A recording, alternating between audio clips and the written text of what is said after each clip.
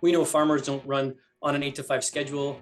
Sometimes that thing breaks down and it's the middle of the night. It's nice to be able to do that research, at least find out that there's one of those things available in my local city. And then I can kind of rest easy for the rest of the night knowing that I do have access to that product.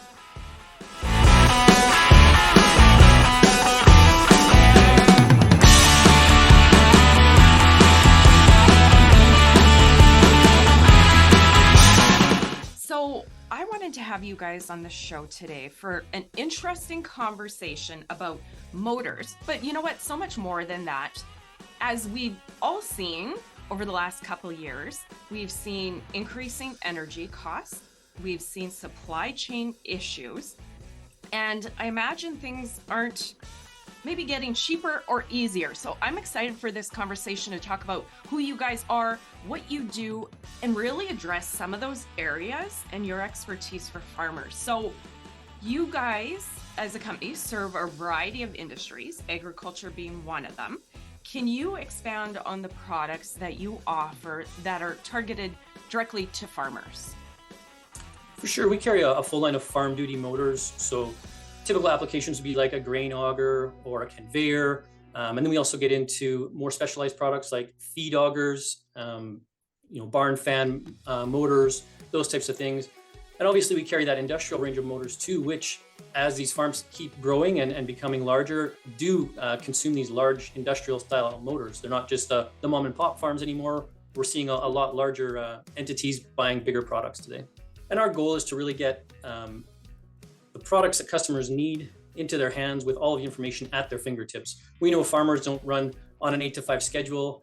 Sometimes that thing breaks down and it's the middle of the night. It's nice to be able to do that research, at least find out that there's one of those things available in my local city. And then I can kind of rest easy for the rest of the night knowing that I do have access to that product.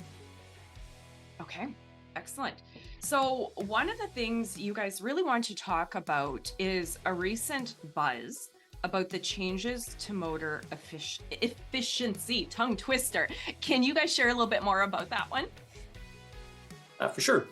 So motor efficiency, no different than we see in the other places in the ag industry, like your tractors on the farm. They've had to go from tier 1 to tier 2, tier 3, now tier 4 engines to become more efficient, less pollution, all that kind of stuff. Motors are no different, except we get pushed to energy efficiency. So whatever we put into the motor, if we put in 1 kilowatt hour of power into a motor, we expect to get as much energy out of that as we can, or as much work out of that as we can. So our industry really pushes to make motors as efficient as possible. For most of us, most provinces, the power grid can only handle so much. So if we don't have energy efficient motors, which consume a lot of our energy, we're going to hurt the grid or take out some other effect. So the push is to really make motors as efficient as possible. Excellent. So let's talk about a subject that we all love, the increasing cost of electricity. We were chatting a little bit before the episode, and it's only going up, and it's only going to continue to go up. So do you have any advice for farmers on how to compensate for this? Chris, you want to take that one? Yeah, for sure. So newer motors are becoming more and more efficient, like Rory was saying. So instead of repairing older motors, it might be better for farmers to invest in newer, more efficient motors. This will help keep their electrical usage down and keep things more efficient on the farm. Power is just going to keep going up and up, like you said. So I think people have to be smart on what efficient products they buy and what efficient processes they're using. So, that is great on efficiency and a good note there. One of my questions for you guys, as you'll know, you work with farmers all the time, is downtime. Something breaks down. And if you guys know agriculture like I do and our audience does, we can't afford downtime, right? Like harvest is this window, your weather's good, barn fans working, things spoiling, whatever the industry is, right? We can't have downtime. And I mean, in some industries, it's devastating. Quick question for you. Over the last couple years with supply chain issues, we've seen some huge wait times for replacements. And I know you guys know all about that. And it doesn't make sense for farmers to keep one of everything on hand financially. So do you want to talk to spare inventory and balancing that with keeping costs manageable? Yeah, for sure. I think, if we look at our industrial clients who run the best efficiencies in their industry, they really use tools like asset management tools. So that really begins with taking an inventory of all the products you have, knowing which ones are readily available off the shelf and which ones aren't, and then keeping, proper maintenance records, which is not something that has been common in the farming industry. But again, as the farms become more and more robust and more industrialized, keeping track of these things is pretty important. Motors have a lifespan of, in a say 24-hour day application, anywhere between say 3 and 8 years, depending on the environment. So if I know that I installed it in 1995 and I've used it for XYZ hours, boy, I should be really looking at that product to maybe replace it or upgrade it. It just gives you a better idea of where your products are at in that. Also, in the farming industry, it's kind of tough because we only use, say, an aeration fan for drying our grain. We only use that fan for a small portion of the year. So making sure that we maybe test run it in the middle of summer in that, June, July, make sure it ramps up, there's no mice in it, that kind of a thing.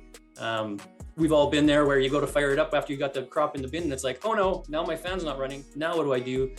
Aeration fans are kind of tough. They're an OEM style product. They're not necessarily off the shelf. So those types of things we'd want to prepare for, and maybe that might be a good thing to have as a spare. I think the other thing that we look at with industry is standardization. So I know it's not always possible, but if we're setting up, say a grain drying application, we might want to try and buy all the same brand of grain drying fans, even though it might cost us a little bit more. Then I could maybe carry one spare motor that would fit 8 different fans that I have. So some of those little tricks and tips can really help us manage our spares to not need one of everything, to your point. Okay, fantastic. I know when the pandemic hit and they were talking about all the supply chain issues, I'm like, okay, Anthony, we need one of every part. And of course, right, that could get pretty expensive and not so practical. So I love that you touched on that. So farmers tend to have their preferred brands, and we know about supply chain issues. If somebody's preferred brand is out of stock, what are the options for farmers with you guys? Well, and that's the great thing with our site, because we have a great cross-reference tool. So if you have a particular motor, you Google that, you come to our site to find it, and it's out of stock. It might be like 10 weeks away. If you scroll down on that particular product, we usually have about 5 or 6 different cross-references that then you can choose one of those of a different brand, and you'll be able to check stock, check out, and get that one as quick as possible, even though your preferred motor is maybe not in stock. This means you won't be down very long. If you got caught without a spare in this case, you can still get something pretty quick. Okay, excellent. And that's the neat thing. Typically, farmers might use the local mom and pop, and with you guys, you're really revolutionizing engine motor shopping online, right? That's your whole thing. So that's really neat. If a farmer is like, okay, I need this, they go to your website, they search, and like you said, Chris, then they can cross-reference to different parts, right? For sure. And we have a technical team of about 5 or 6 people that if they have questions, they can ask us if they're not sure about the cross-reference or have any questions about it. Okay, fantastic. Hey, Chris, actually, I want to just ask you a quick question because you have a neat story. Going back, and I should have asked you this earlier. You guys have been in business a long time, and then I think second generation came in. You had the idea looking for dirt bike parts that you wanted to do something similar with motors. Is that correct? Yeah, so that's kind of how e-motors started. My father started a bricks and mortar electric motor repair facility in 1975, and my brother and I took that over about 15 years ago. And then as more online businesses have come on and made it easier in our personal life, whether it's Amazon or Costco online or different online entities, we found that everything in our industry can be put online and make it a lot simpler for the customer. They can search 24 hours a day, they can find stock levels, get their pricing, and do all that stuff after the hours of 5 o'clock all night. So whether they're maybe an electrical contractor that works all day, or a farmer, or somebody that just needs to search after hours, they can do all that online with the convenience of an Amazon. Okay, excellent. I should have asked you to expand on that before, because as an entrepreneur, a farmer, everybody in the audience, we're all multi-generational businesses, and I always find those stories neat. So thanks for sharing that.